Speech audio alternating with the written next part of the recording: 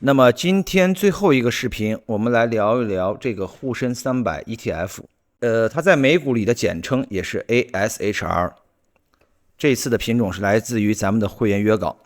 想看一看在这里有没有这些机会。那么从短期来看，我个人是比较看好这个品种，但是中长期能否从目前的反弹演变为反转，这个问题还有待商榷，只能说是等待行情走出进一步的一个形态，才能给出更准确、更精确的一个结论。下来我们从月线级别的走势图开始。上市之后从最高点 55.19 跌到了 20.90， 那么之后是展开了一个三波的反弹走势。这个反弹走势暂时定义为 ABC，A 浪回撤的 B 浪，二次上涨的 C 浪，算是对前期上市之日开始的大跌展开的反弹修正，而且这个反弹修正的幅度也是非常的充分，基本上是应该是在黄金分割 0.764 一线。我们先用黄金分割测算一下基本上快要接近了。那在这一波走势结束之后行情再次迎来了下跌。如果是把这一次的下跌整体看成对前期这三波反弹的一个修正，那么前期的三波反弹它可以合并为更高一个级别的大 A 浪那么这里我们先暂时预期它是一个大 A。那当前的这一次下跌，我们可以看作是一个一波流的形态，认为它是一个 B 浪。那目前来说，它就是 C 浪的一个开始同时，我们再借鉴 A 浪内部的一个三波形态，那这里向上，我们可以考虑它是完成了 C1 或者是 CA ,24 再次探底的一个 C 浪 B。那其实现在我们预期它就是能否走出这个C 浪 C。这里我们再借鉴一下它的一个最近的这一波 B 浪的一个反弹的一个力度，从相对的低点拉到相对的一个高点。通过这个走势结构，那么我们可以看到，当前其实第一次的这个 C 浪 A 的反弹它是基本上是处于黄金分割 50% 到 61.8 之间。那经历了这个 C 浪 B 的回撤之后，再起 C 浪 C， 如果真能如预期成立，那它最终会超越上一次的高点，去到618到764这个区域，也就是在 36.90 到 40.50。 这里咱们用红框去标注一下 36.90 到 40.50， 这就是后期潜在的一个上涨区间甚至于超越 76.4 的可能性都是存在。我们当前只是说一种比较稳妥的一个目标区域。那到时候整体走势会看作是 A 浪走三波， B 浪走一波流，然后 C 浪上涨，也是按保守的目标先看三波，大致是先看到 36.90 到 40.50。 这是当前的第一种预期。我们再来说第二种预期。第二种预期就是这个三波反弹结束之后向下它这个内部有一个疑似下跌五浪的一个结构，一浪、二浪、三浪1、三浪2、三浪3、三浪4、三浪5，然后四浪，最后走完五浪。如果按照这种概率来算，那五浪结束之后后期会跟一个 ABC 的反弹形态那么我们继续借助黄金分割，可以看到五浪结束之后，第一次反弹是处于 50% 到 61.8 之间。那么这一次的反弹我们可以看作它是一个 A 浪，同样还是看作一个 A 浪，然后二次探底完成了一个 B 浪。那当前我们就是尝试操作这个 C 浪反弹。那 C 浪反弹向上的反弹压力没有之前说的那个区域那么高，目前能看到的比较稳妥的位置是位于 50% 一线，也就是在34左右。这就是第一种相对乐观，第二种相对保守的两种看法得出的不同结论。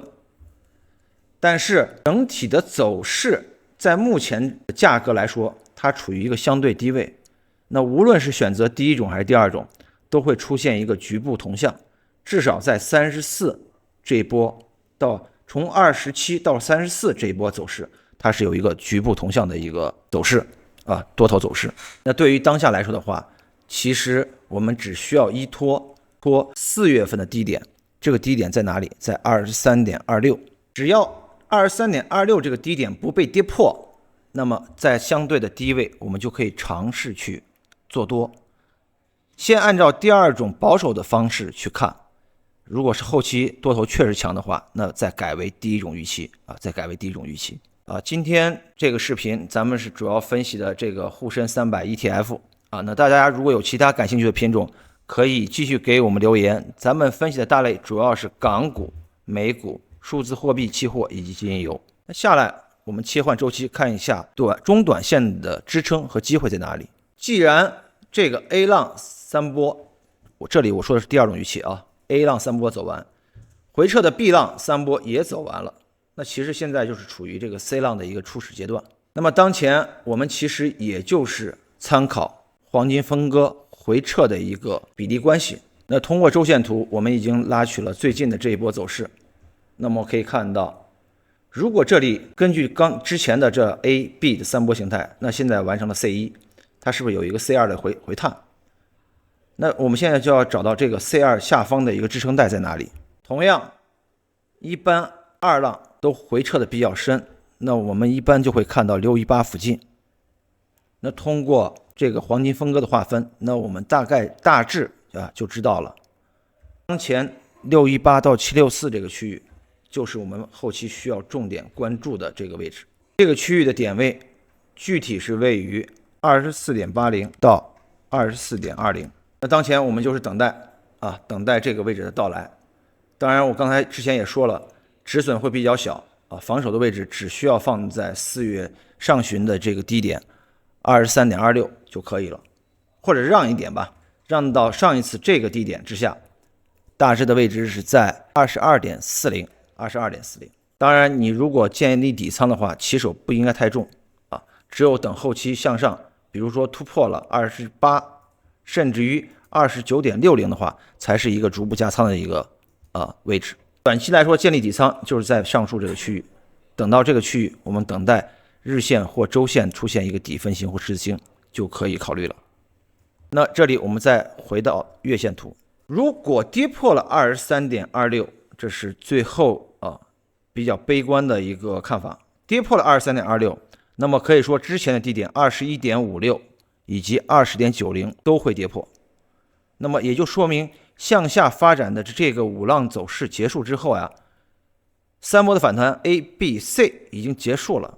那后期下跌它将会跌破以上刚才所说的两个支撑，那下方的位置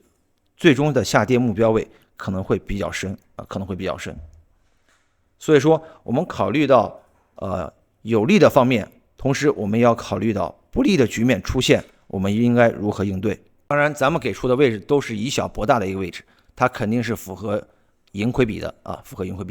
不能说我目标看10块钱，我的止损就放在10块钱，那你其实盈亏比就是1比1，最终想要账户盈利，那你只能靠你的胜率。但是在这个市场来说的话，想要单纯只靠胜率一个要素就要赚到钱，我觉得这个相对来说的话概率太小，